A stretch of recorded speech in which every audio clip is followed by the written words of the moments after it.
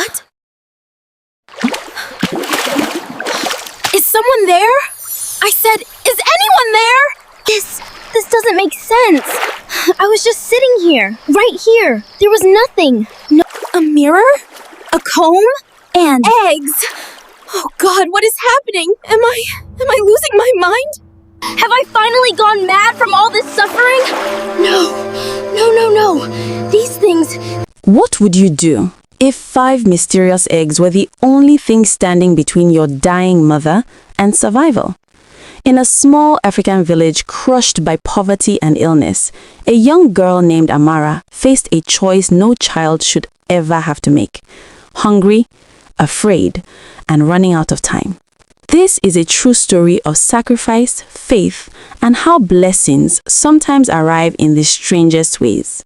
Stay with me. What happens next will stay with you. The rooster's crow pierced through the darkness at 4:30 a.m., but 12-year-old Amara had been awake for hours. She couldn't sleep, not when her mother's labored breathing filled their small mud brick room like a painful reminder of how little time they might have left. "Mama," she whispered, placing her small calloused hand on her mother's burning forehead. "I'm going to Madam Kemi's farm today. She promised to pay me well if I finish weeding before noon."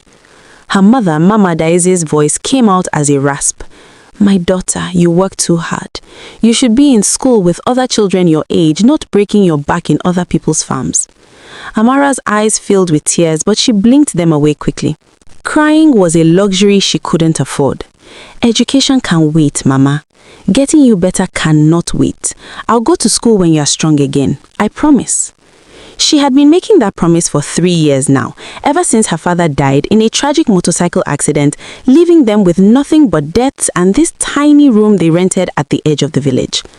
As the sun began to rise, painting the sky in shades of orange and purple, Amara tied her wrapper tightly around her thin waist and picked up the small hoe she used for farm work. Her feet were bare and hardened from years of walking on rocky paths. Her dress, once yellow, had faded to a pale cream with countless patches. Before leaving, she knelt beside her mother's mat and said a quick prayer, something her grandmother had taught her before she too passed away. "God of my ancestors, provider of the poor, I don't know how we'll survive today, but I trust you. Please let Mama see another sunrise. Amen." Madam Kemi's farm was 3 kilometers away, and Amara's stomach growled with every step. They had eaten nothing but gari, cassava flour, soaked in cold water the night before. No soup, no stew, no protein, just plain gari to fill the aching void in their bellies. When she arrived at the farm, the sun was already climbing high, promising another scorching day.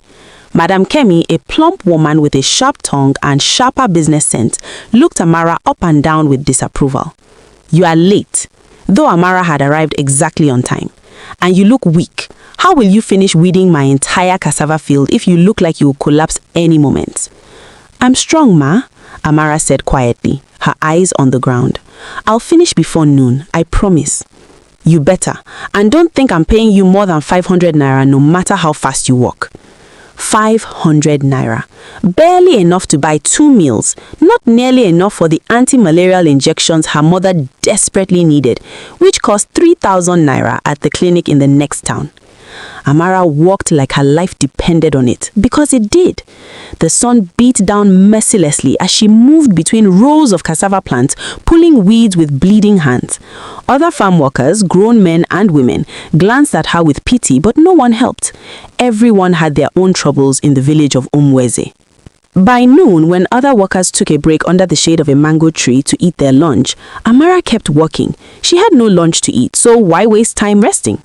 "That girl will kill herself with work," one woman muttered to another. What choice does she have? Her mother is dying and they have no one, no family, no support, just her small hands fighting against the world. When Amara finally finished, the sun was beginning its descent. Madam Kemi inspected the work, looking for any excuse to reduce the payment, but even her critical eyes couldn't find fault. "Here," she said, thrusting 500 naira into her soil-covered hands. "Now go, and come back next week if you want more work." "Thank you, Ma." Amara clutched the money like it was gold.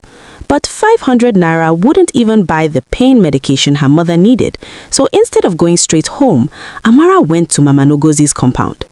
Mama Ngozi was the richest woman in their section of the village, with a large compound and several children who attended private schools in the city. She often needed help grinding pepper, washing clothes, or fetching water from the stream. "Ah, Amara," Mama Ngozi called out when she saw her. "Perfect timing. I have 10 baskets of clothes that need washing at the stream. If you finish them all before dark, I'll give you 300 naira and some leftover rice for you and your mother." Amara's heart leapt. Leftover rice. Mama Daeze hadn't eaten rice in months. "Yes, ma, I'll do it right away." She loaded the heavy basket on her head one at a time, making multiple trips to the stream. Her neck ached, her shoulders screamed in protest, but she kept moving. Each step was a prayer. Each basket was hope. The stream was her favorite place in the whole village, despite the hard work she did there. Surrounded by thick green vegetation and old iroko trees, it was peaceful. The water, though brown from the clay riverbed, was clean enough for drinking and washing. A large flat stone sat in the middle of the shallow part, perfect for sitting and scrubbing clothes. As evening approached and she finished the last basket of washing, she allowed herself a moment to rest. She sat on the big stone, her feet dangling in the cool water, and looked up at the darkening sky. She was alone, completely alone. Everyone else had gone home before dusk when mosquitoes began their evening feast. And for the first time that day, Amara allowed herself to cry. The tears came in torrents, releasing days, weeks, months of accumulated pain. She sobbed so hard her whole body shook. "God, why?" she cried out to the empty forest. "What did we do to deserve this suffering? My mother is dying and I can't save her. I walk and walk and walk, but it's never enough. I'm so tired. I'm only 12 years old, but I feel like an old woman." She thought about her classmates, children her age who still went to school, who complained about homework and wore new uniforms. She thought about the laughter she used to share with her father before he died. She thought about the mother who once sang while cooking, who used to be strong and beautiful. "I just want Mama to get better," she whispered, her voice hoarse. "If she gets better, I can do anything. I'll work harder, I'll find better jobs. But please, God, don't take her from me. She's all I have left." The forest seemed to listen. The birds had stopped their evening songs. Even the stream seemed to flow more quietly, as if giving her space to pour out her grief.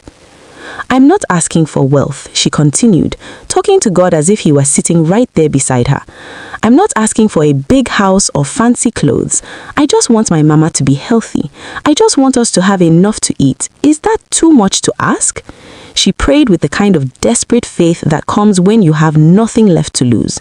She prayed until her tears dried up and the mosquitoes began to bite. She prayed until the sky turned orange to purple to deep blue. Finally, with a heavy sigh, she stood up to gather Mama Ngozi's clean clothes and head home. Her mother would be worried. But as she turned to step off the stone, something caught her eye. There, on the very stone where she had been sitting, the stone where no one had been but her, lay 4 objects that definitely went there before. A beautiful hand mirror with an ornate golden frame, a matching comb with delicate engravings, and 5 brown eggs arranged in a perfect circle. Amara's heart began to pound. She looked around wildly, but the forest was empty. The path to the village was clear. No footsteps, no sounds of anyone leaving. "Hello?" she called out, her voice trembling. "Is someone there?" Only the echo of her own voice answered. She stepped closer to examine the objects. The mirror and comb gleamed in the fading light, more beautiful than anything she had ever seen. The eggs were larger than chicken eggs, smooth and perfect. Her first instinct was to run. These things appeared mysteriously. They could be from witches or evil spirits. Her grandmother had told her stories about enchanted objects that brought curses to those who touched them. But then her stomach growled, reminding her of her hungry mother at home, and she thought about the 800 naira in her pocket, all the money they had in the world. Tomorrow, they would need to eat. The day after, Mama would need medicine. The day after that, maybe, she whispered to herself, maybe this is God answering my prayer. Her grandmother had also told her that God works in mysterious ways, that sometimes when you've cried your last tear and prayed your last prayer, blessings come from unexpected places. With trembling hands, Amara picked up the items. The mirror felt warm in her hands, almost alive. The comb seemed to hum with a gentle energy, and the eggs felt like hope. "Thank you, God," she whispered, looking up at the darkening sky. "Thank you for seeing me, for hearing my cry. I don't know where these came from, but I receive them with a grateful heart." She carefully wrapped the mirror and comb in a clean cloth from one of the basins, placed the eggs gently in her wrapper's fold, and hurried home as fast as her tired legs could carry her. When Amara pushed open the wooden door of their small room, she found Mama Adeze sitting up, a rare sight these days. Her mother's face brightened when she saw her daughter, though the effort of staying upright clearly exhausted her. "Mama," Amara rushed to her side. "You shouldn't be sitting up. You need to rest." "I was worried," Mama Adeze said weakly. "It's dark already. I thought something had happened to you." "I'm fine, Mama. And look, Mama Ngozi gave us rice." She showed her mother the container of leftover rice mixed with chicken stew. It wasn't much, but to them it was a feast. As her mother ate slowly, savoring each grain, Amara debated whether to mention the mysterious items. Finally, she decided to show her the mirror and comb, but kept the egg secret for now. "Mama, I found something beautiful at the stream today." She unwrapped the cloth. Mama Adeze's eyes widened at the sight of the mirror and comb. Despite her sickness, she could see they were valuable, possibly the most valuable things that had ever been in their possession. "Amara, where did you get these?" Her voice was sharp with concern. "I found them, Mama, I swear. They were just there, on the big stone where I was sitting. I looked everywhere for the owner, but there was no one." Her mother's face filled with worry. "My daughter, these are too beautiful, too precious. Someone must be looking for them. You must keep them safe. If anyone comes asking, you give them back immediately. Promise me." "I promise." "Good. Now hide them somewhere safe. Don't tell anyone about them. Not everyone in this village wishes us well." Amara knew her mother was right.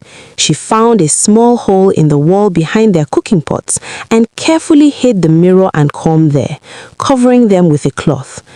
But the eggs, she kept them hidden in her wrapper. She had a feeling about those eggs, a strong feeling that they were meant to help them. Days passed, and Mama Adeze grew worse. The money from Amara's farm work went to buying tablets that did nothing. The village healer came and said she needed proper hospital treatment, which cost money they didn't have. One morning, Amara awoke to find Mama barely breathing. Her fever was so high that her skin felt like fire. Panic seized Amara's heart. "Mama, Mama, please wake up," she cried, shaking her mother gently. Mama Adeze's eyes fluttered open, but they looked distant, unfocused. "Amara," she whispered, "I'm so hungry and weak." They had no food, not a single grain of rice, not even gari. Amara had spent her last money on medicine the day before. And then she remembered the eggs. With shaking hands, she retrieved them from their hiding place. 5 beautiful brown eggs. She had kept them for almost a month now, afraid to use them, wondering if they were special. But what good was keeping them if her mother died of hunger? "I'll make you the best eggs you've ever tasted, Mama," she said, forcing cheerfulness into her voice. She started a small fire with their last pieces of wood, found their only pot, dented and blackened from years of use, and boiled 2 of the eggs. As they cooked, a strange, wonderful aroma filled their small room. It smelled like hope. It smelled like hope itself. When the eggs were ready, she peeled them carefully and gave them both to Mama, crushing them and feeding her small pieces at a time. Mama Adeze ate slowly, and with each bite, something extraordinary happened. Color began to return to her cheeks. Her breathing steadied. The fever that had been burning her up began to cool. By the time she finished eating both eggs, she was sitting up on her own, looking at her hands in wonder. "Amara," she breathed, I feel better, much better. What kind of eggs were those?" "Just eggs, Mama," Amara lied, afraid to tell her mother the truth. But they both knew something miraculous had happened. The next day, Mama Adeze was strong enough to stand. The day after, she walked around their small room without assistance. Amara was overjoyed, but puzzled. She looked at the 3 remaining eggs with a mixture of awe and fear.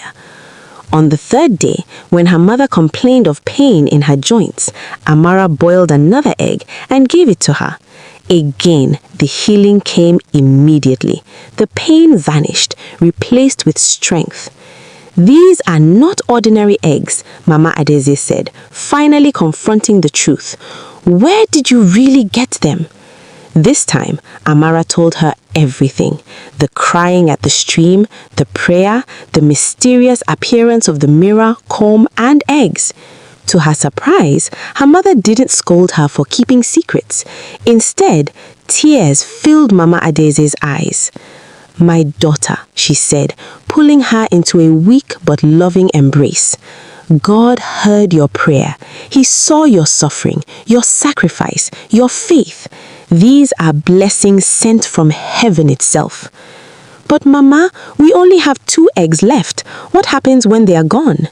"Then we trust God again," her mother said simply. "He who provided these will provide again. But for now, save them. I'm getting stronger each day. Let's save them for when we truly need them." With her mother improving, Amara felt lighter than she had in years. She took on more jobs with renewed energy, but they were still desperately poor, still struggling to buy food each day.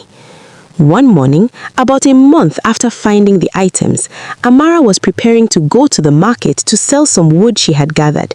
She decided to make herself presentable, remembering the beautiful mirror she had hidden. She retrieved it from its hiding place and for the first time really looked at her reflection. She barely recognized herself. When had she become so thin? When had her eyes developed such dark circles? She looked like a ghost of the cheerful child she once was. "I wish I could be beautiful again," she whispered to her reflection. Then, remembering her purpose, she added, "I wish I could be favored in the market today. I wish people would treat me kindly and buy my firewood at a fair price." She put the mirror away and headed to the market, expecting nothing. But something incredible happened. The usually harsh market women smiled at her. "Ah, such a sweet girl." One said out, "How much for your firewood? Here, take 1,000 naira. It's worth it." Another woman called out, "Young lady, come help me carry these yams to my car. I'll pay you 500 naira." A man selling fruits gave her a bunch of bananas for free. "For you, beautiful daughter, may God bless your hustle." By the end of the day, Amara had made more money than she usually made in an entire week. She couldn't believe it. When she got home and told her mother, Mama Adeze said thoughtfully, "The mirror. It must be the mirror. You spoke to it and your words came to pass." From that day forward, Amara understood the power she had been given, but she used it carefully, wisely, remembering her grandmother's warnings about greed. Each morning, she would look into the mirror and speak positive words. Not selfish wishes for wealth, but humble requests. "I hope I find honest work today that pays fairly. May my mother's health continue to improve. Let us have enough food to share with those hungrier than us." And each day, her words came to pass in the most unexpected ways. She found better jobs. People sought her out specifically, praising her work ethic and honesty. The village chief's wife hired her to help in her household, paying her generously. With the money she earned, Amara took her mother to a proper clinic. The doctor confirmed what they already knew. Mama Adeaze was miraculously recovering from what should have been a fatal illness. 6 months after finding the mysterious gifts, their lives had completely transformed. They moved into a better room, had food in their storage, and Mama Adeaze was strong enough to start selling petty goods in the market. But with their improved circumstances came a test. One day, a wealthy stranger came to the village asking if anyone had found a missing mirror and comb. "They belonged to my grandmother," she said. "They are family heirlooms. I'll pay 50,000 naira as a reward for their return." 50,000 naira. It was more money than Amara had seen in her entire life. The village buzzed with the news. People searched their homes, hoping to be the ones to claim the reward. But Amara knew the truth. The mirror and comb in her possession matched the woman's description perfectly. That night, she sat with her mother, the mirror and comb between them. "We have to return them, Mama," Amara said, though her heart was breaking. "They don't belong to us." But Mama Adeaze shook her head slowly. "My daughter, think carefully. That woman claims they are family heirlooms, but we found them by divine provision. Remember that night at the stream? You were alone, you prayed, and these appeared as an answer to that prayer. But what if—" "There is no what if," her mother interrupted gently.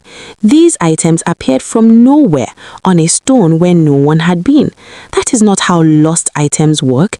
That is how miracles work. God gave them to you, and this woman, whoever she is trying to claim what God has given." Still uncertain, Amara decided to visit the village elder, Papa Chuku, a wise man known for his godly counsel.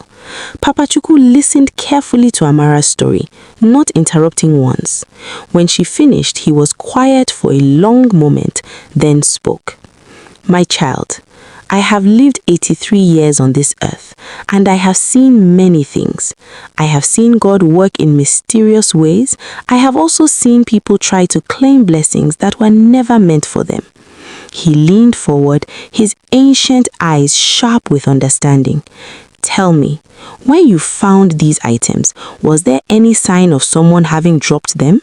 Footprints? Anything disturbed?" "No, sir. The stone was clean. The items were arranged too perfectly, too deliberately. It was as if someone had placed them there just for me." "And this woman," Papa Chuku continued, "when did she arrive in the village?"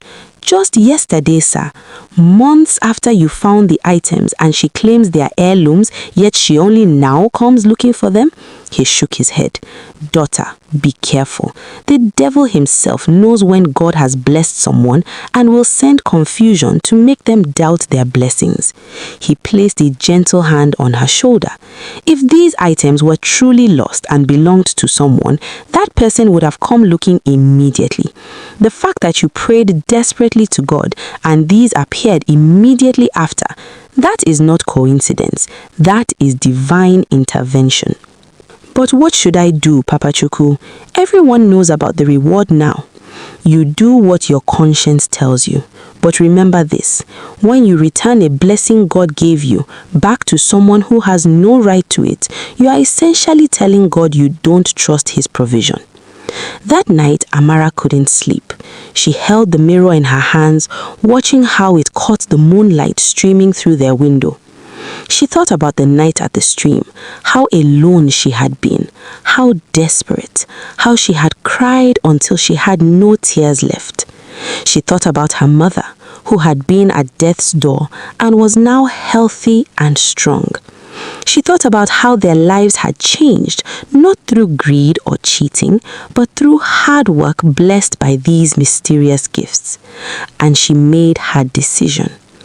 The next morning, when the wealthy stranger came through the village again, calling for anyone with information about the mirror and comb, Amara did not come forward.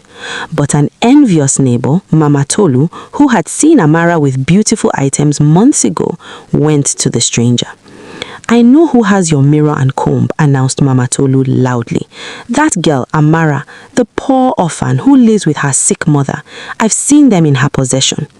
The wealthy stranger, a woman dressed in expensive clothes and dripping with jewelry, demanded to be taken to Amara's home immediately.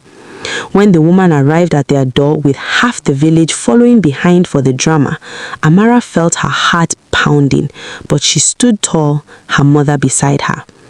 "Are you Amara?" the woman demanded. "Yes, ma." "How dare you?" she sputtered. "I'm offering you money. Just show me the items and let me see if they are mine." Amara looked the woman straight in the eye.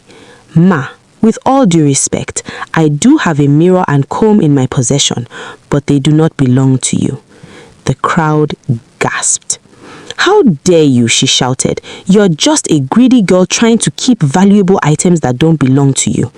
But Mama Adeaze stepped forward, her voice strong and clear. "My daughter speaks the truth. 3 months ago, I was dying. We had no food, no money, no hope. My daughter prayed at the stream, alone, with no one watching. These items appeared on a stone where no one had been.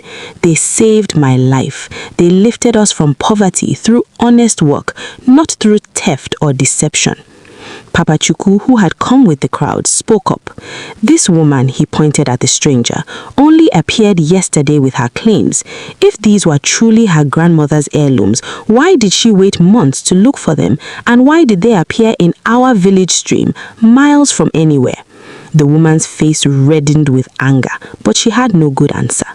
"Furthermore," Papa Chuku continued, "if these items were truly yours, describe them in detail. What engravings are on the comb? What symbol is on the back of the mirror?" The woman stammered, unable to provide specific details.